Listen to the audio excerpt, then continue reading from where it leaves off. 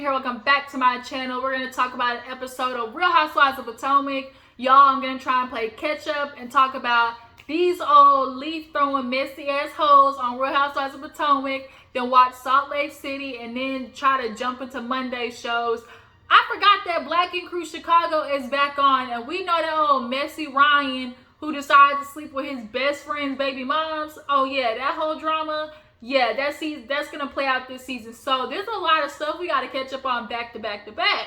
So Real Housewives of Potomac, let's go ahead and get into it. If you're new to my channel, definitely hit that subscribe button. Everybody else, go ahead and drop down in the comments. Like this video. Make sure to follow my Instagram and Twitter. Now that Instagram is back on, girl, the whole world was just having a whole panic attack because old Mark Zuckerberg, I guess he decided he wasn't gonna pay his light bill. So the FBI said we gonna snatch that bitch away. But, you know, we back on and back on the internet and whatnot. So, you know, make sure to follow the Instagram. So, Real Housewives of Potomac, guys, we all know that everybody is going on this couples trip.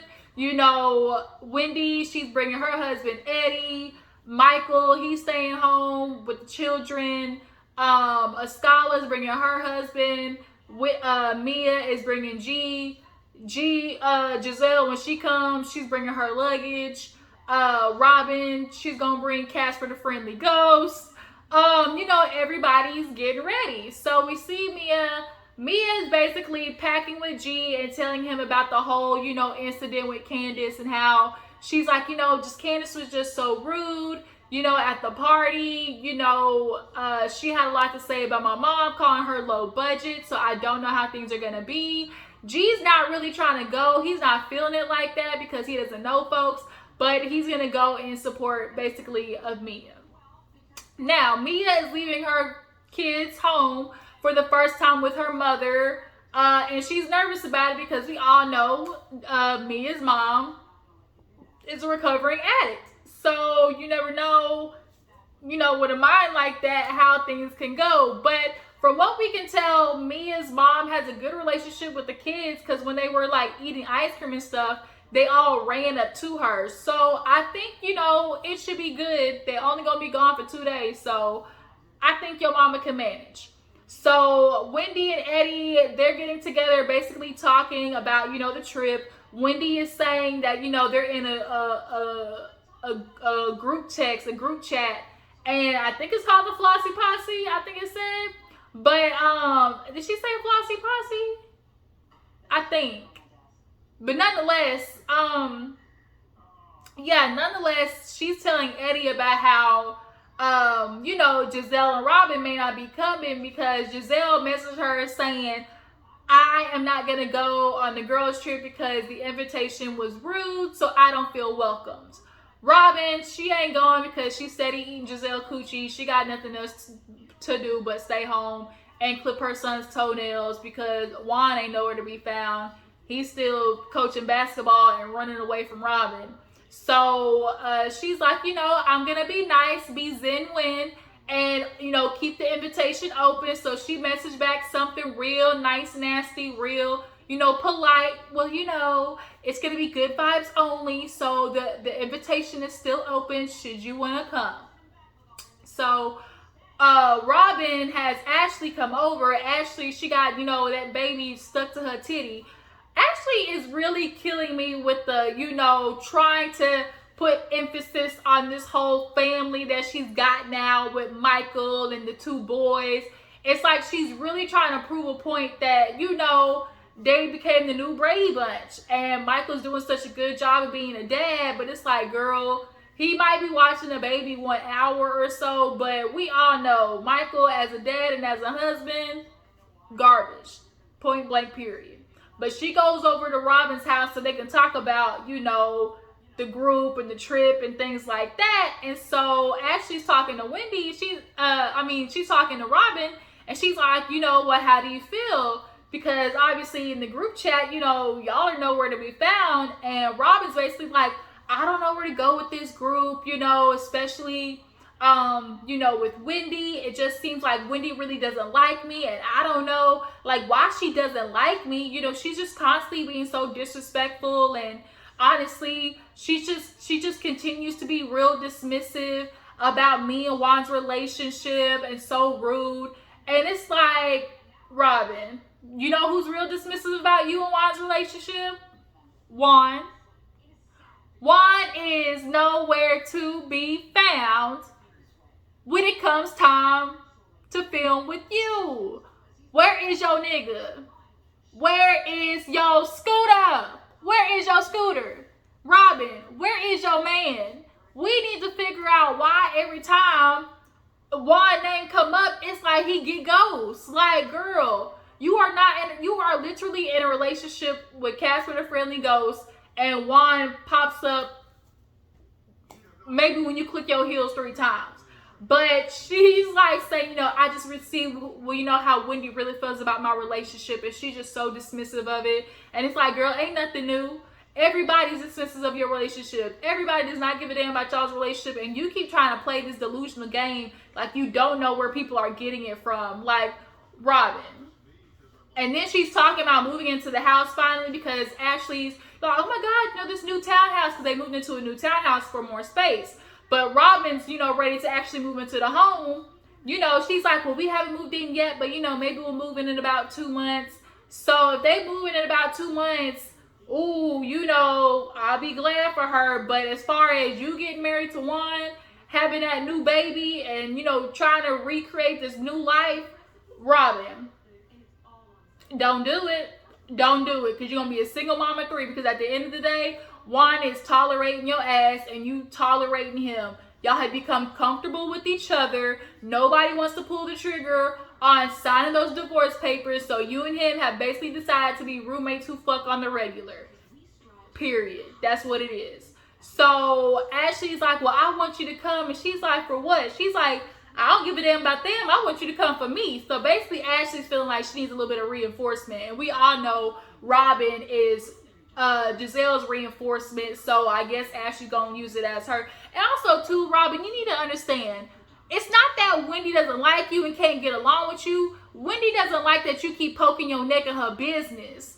You wouldn't have caught those stray bullets had you not, you know, poked your neck out trying to defend Giselle. Giselle can handle her business. When y'all was in Williamsburg or wherever the hell y'all was at, she was coming for Giselle. But then you tried to jump in. So now, girl, you gonna catch this fade too.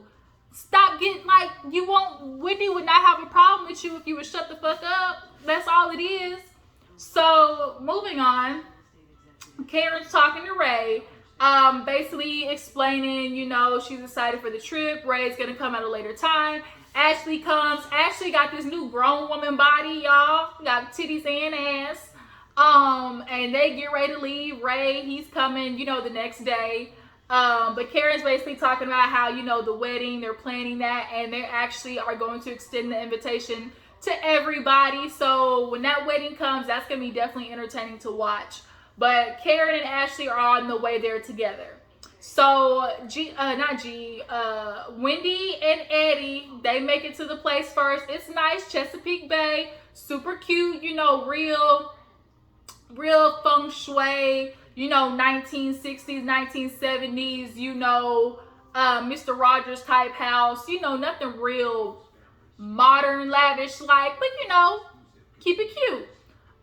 So they get there, Wendy and Eddie, and then G and Mia pull up, and Mia's like, okay, valet's gonna come and pick up the bags. You know, how dare, I definitely would not be picking my bags up and bringing them in the house. Really? It's like Mia is constantly trying to prove a point about how much money she got, or how much, you know, she's living this, you know, this high-rise lifestyle, and it's honestly coming off real new money, bitch. Like, you acting real new money, and we can tell you've been a broke hoe all your life until you got with this nigga, okay? But they go in, and Wendy's like, so y'all staying or not? And she's like, oh yeah, our bags are outside for the valet. And they's like, see, what happened was the valet took off. So, bitch, go get your stuff and come inside. So they come inside, and they basically are talking about, you know, how it's going to be good vibes only. Wendy's trying to, you know, shoot for a positive, you know, trip. And they start taking, you know, some shots. shot, shot, shot, shot, shot, shot, shot, shot, shot, shot, shot, shot, shot, shot, shot, shots. Everybody, yo.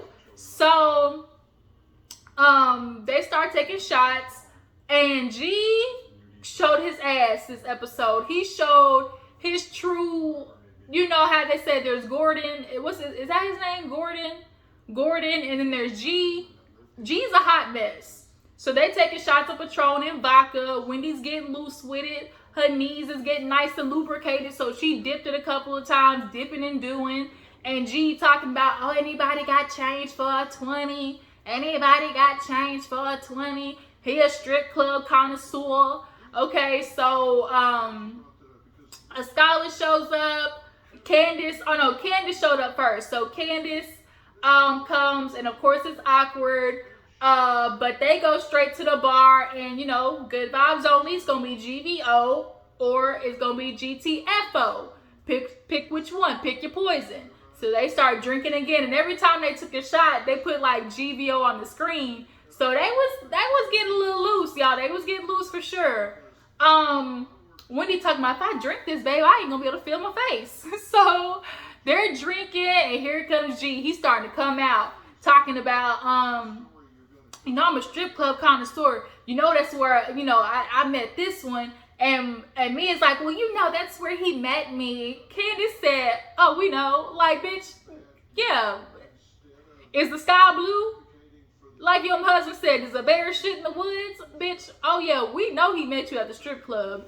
So then he's like, yeah, you know, why go to the strip club when I got the interest right here? You know, we just go back every now and again, you know, be like, you know, baby, who you picking tonight? So basically, Mia is doing the usual. These girls, they find them a rich man, and they, you know, got to do the threesomes and possibly pegging him, you know, on the anniversaries, or, you know, eating ass on Valentine's Day to keep him appeased.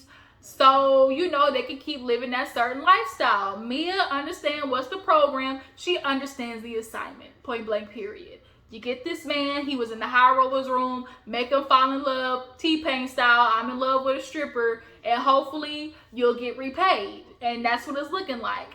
But Candace with the reads lately have been killing me. When she was talking to Chris when they was at the house, and she was talking about how Mia was talking to her mom, was like, oh, you know, she was talking to Dorothy, didn't have nothing in the business, and she was saying,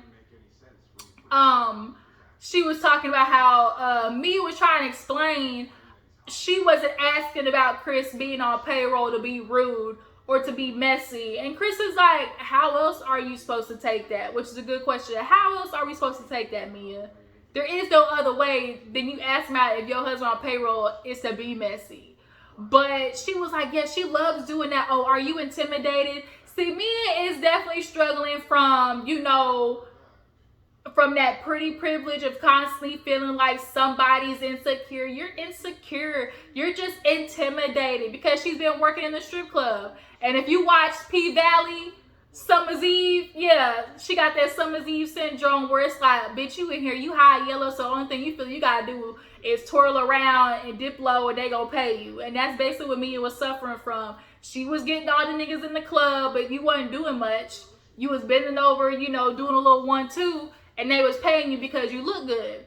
So, anytime she sees like girls, you know, hating on her, she's like, oh, you're intimidated. And Candace is like, I have to do the projector. I was doing the projector. And so she was like, I don't know what she's talking about. We intimidated about what I got to be intimidated of. Leaky lips and leaky asshole and a botched clitoris. When she said that, I was like, not the botched clitoris.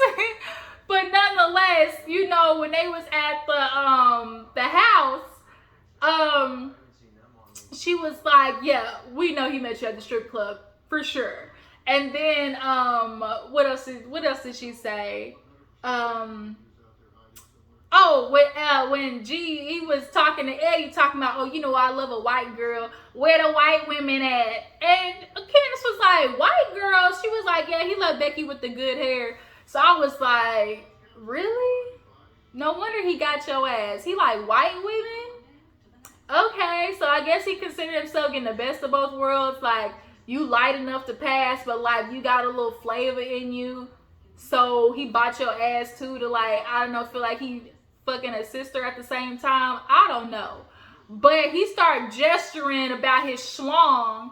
And so he like, Eddie, look, Eddie's like, wait a minute, where did this conversation turn to? Wait, somebody get him some water.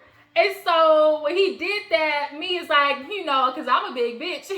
Of course, Candace talking about, oh yeah, we know. Like every time she said something, girl, we know. Oh yeah, for sure. Like Candace was killing me this episode.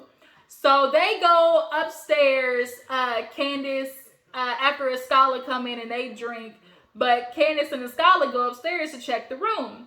And Candace is like, girl, you know, you came in at the end, you know, gee, he's on 37 right now. You know, it's just a little bit too much. And it definitely was. Gee, everybody was really kind of laughing out of uncomfortableness. And Mia had the nerve to sit there and say, oh my gosh, you know, I just let G be G. You know, some of these young men could definitely learn something, can learn a thing or two from him. Learn what? Learn what? How to turn a hoe into a housewife, how to be, you know, the sponsor man for, you know, Cialis and Viagra. Like, he gonna have a heart attack the next time y'all fuck. If he go too hard from the bike next time, he gonna have a cardiac arrest. But, yeah, so they was upstairs and she was like, you know, Mia, she's definitely, you know, I don't know what's going on. And gee, he's doing just so much. I don't know where this is gonna go. But, you know, things are definitely awkward since the last time we spoke. So, as they're speaking, Wendy comes upstairs. And so, Wendy's like, bitch, what you talking about? A scholar? She's talking about Captain Save a Hoe. And I was like, I like a scholar, y'all. I really, really like a scholar. And she comes with the fashions. She has been serving the looks that we have been missing on. Candace has been serving looks, so has a scholar. Like, these two definitely like killing it. But when they go up there, they are talking about everything. And so she's like, well, you know, she's asking Candace like, well, you know, I want things to be good vibes here and I don't want things to be going crazy. And she's like, well, girl, the way G acting down there, you know, I'm a little concerned. She compared G to Michael, which is a good correlation. These two old ass Negroes, Michael, old ass, you know, Uncle John, you know, these two old ass men, they want to live the bachelor lifestyle, but also had them a girl at home that looked good. And so I'm an impregnator, so she stay at home barefoot pregnant and, you know, getting down on her knees 3 times a week because it makes me feel like a man, basically. But Mia comes in and Candace and her are talking because Wendy got filled in about, you know, the whole mama thing. Wendy told her about her mom watching kids for the first time. So she was like, look, you know, I was coming up here to talk about, you know, how, you know, your mama thing. And Candace is like, what does it have to do with me? And she's like, well, what you said. And she's like, well, only reason I said that is because, you know, she had shit to say about, you know, my video shoot, you know. And Mia was like, I'm just saying, like, when I came there, you know, it was low budget. You know, she's like, when I came there, you know, I come there as a businesswoman. I come there as a CEO. So when I was talking to your mother, like, you know, I'm just coming in as a business person to figure out the problem. Bitch, like a scholar said, girl, this isn't a business meeting. Have you noticed how Mia, every time she brings up something, when she got into it with the girls, how many businesses do you own? Bitch, how many businesses do you own? Not how many did G so-called put you in charge of. How many is the owner, Mia, on the dotted line? Like, let's keep it funky. So, she loves doing that. How many businesses do you have? Bitch, you just got this business from laying on your back. Like, bitch, you just got this new money. Like, girl, you fucking for a buck, holler for a dog, making through something strange for a piece of change. She said she wants some money from the bank. I'm trying to make sense what that feel like. Girl, like, we all know where that, look, drop down in the comments if you know where that's from. So, So they start getting into it. Mia and her, she's like, well, you said shit about my video shoot, and it wasn't for you to come and be, criticized. It was for you to show up and be there, and nobody needed your opinion. You talking to my mom, you don't even know who my mom is, so you definitely were being shady. A scholar was poking in, talking about Mia, like you had no reason to talk to her mom. So Wendy's checking on Mia, and Candace is like, what the fuck? And she's like, well, I'm just checking on her because, I've been ganged up on before, and it can be a little intense. And she's like, well, bitch, I defended this hoe the last time she got ganged up on. And they played a flashback. And the truth is, Mia, you don't want this smoke. Candace was serving her ass on a platter. She roasted her ass done, stick a fork in it, like kaput. Okay? Botched. So what did she say? What else did Mia say? Mia was like, she was like, I'm a businesswoman. She's like, I want to learn from your mother. That's what she said. I want to learn from your mother. I want to be like your mother one day. She's like, oh, that's sweet. You want to be like my mother, but she didn't come from a strip club. I was like, damn. And so she's like, well, you know what? Oh, she's like, oh, here's my best friend calling me. My beautiful best friend. She's like, right. Answer your phone call because you ain't ready for this heat. And so they get up walking. Here goes Mia walking by. Hey, my beautiful rich best friends. My rich best friend, because I can't hang out with these broke bitches. Your mother's a broke bitch. And so now here's this debate, obviously, of is Candace going too far with the yo mamas? Of course, there's the other half, where it's like, don't start none, won't be none. Then there's the other half of people where it's like, we draw the line at kids and family, and spouses and stuff like that. So drop down in the comments. As far as Candace pulling out the yo mamas, is she, too far? Is it don't start none, won't be none?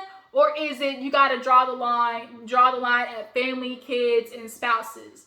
So when she called your mama a broke bitch, she said, go down there to your pimp.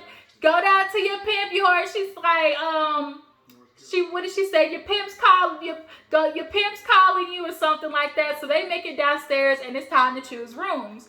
Basically, Wendy got back at that ass, okay? Candace had to pick last, but at least they got a nice little, basket full of accoutrements, and Onyi candles was on deck, okay? Ashley and Karen finally made it there. Ashley, old bird-headed ass, wide-faced ass, coming with that damn picture frame, that big-ass picture frame of the family. Who you trying to convince, Ashley? Who you trying to convince, Ashley, of this damn family? They make that shit in pocket size. Girl doing too much. So Candace is a little salty that she got picked last. But Ashley's over there asking like, well, what's going on? She's like, Candace is just so mean. And Candace is like, bitch, you got something to say? I'm right here. Let's get to talking. Well, I'm just saying, like, you're just so mean. Nobody told you to be that rude. She said, nobody, told you to talk about me. This is what you started, Mia. She's like, no, it's not. And so now she's like, no, let's get down to the root of it. Mia, you need therapy. Everybody was like, therapy? She's like, you need therapy because clearly every time you say something, you're talking about how much money you make. You're talking about how you're above everybody else. You need some therapizing. And it's true, Mia does. So obviously, because of her mother. Obviously, you got daddy issues. And it's very clear you are insecure because the way you got them licky lips, like, Candace said, leaky lips, leaky asshole, botched clitoris. You had all that shit done, and you allow men to talk to you the way you do, in the way that he told you to shut the fuck up, trying to get that damn G-Wagon. I guess G was trying to make himself look good. But he told her to shut the fuck up, and she just sat, she was quiet. No rebuttal, no nothing. She know where the money at. She know, don't you disrespect the pimp or you get the backhand. So, she was like, Mia's like, notice. So then Mia started doing all of this, all of that reaching. We all know how that starts. She started doing, and Mia has been doing that all season. She's been, reaching, putting hands on shoulders and, on people's faces. And it's like, Mia, you gonna run across the wrong one. Luckily, you with Candace, we know she's not a fighter, but she fight with the words. So she got with that ass. talking about, go back to your handler. Your pimp is calling your name. Pimp, come get your hoe in order. Come get your stripper in order, And so Mia goes, let's come on, pimp. Let's come on, pimp. Oh, your hoe is calling you. She's like, right. Go get your handler. Oh, G, tell your hoe to shut the fuck up again. Mia was not ready for that shit. Mia, if you're going to be here, if you're going to start something with Candace, bitch, you're going to have to finish it. And that's what Candace said. No, you started, but you need to learn how to finish it, okay? So then Candace throws some leaves. And then everybody's like, now Candace, chill out. And then Mia comes back and was like, you got a problem? I don't even need to be around this. Like I said, you're low budget. Your mother's low budget. And she said it again. So now Karen and the rest of the girls are coming up. And they're like, Candace, she's like, no. And then, of course, Mia picks the leaves up and throws it at her again. So then it's like, oh, shit. And then here we go, starting back from, ground zero. These two, we got the damn spoiled brat and the stripper / streetwalker, night crawler with your big ass feet. Yeah. She kill her with that big ass feet. She's like, God made me this way. God also made you basic. I was like, damn, Candace was on it with these reads. Sometimes it do be feeling kind of like, ooh. And then other times it be like, yep, get her. So y'all, drop down in the comments. How did you feel about this episode with Candace's reads? Do you guys feel like Mia, if it's not, don't start none, won't be none? Like, how are you feeling about it? So next week we see the two green-eyed goblets come. They had to come and get that check. Robin got to get that money for all them little broke-ass hats. And then Giselle got to get this money so she can finish her, her motel, hostel. So, you guys, I will see you next for Salt Lake City. Make sure to follow my Instagram and Twitter. Drop down in the comments, tell you how you feel about this episode. And I will see you guys later. Deuces.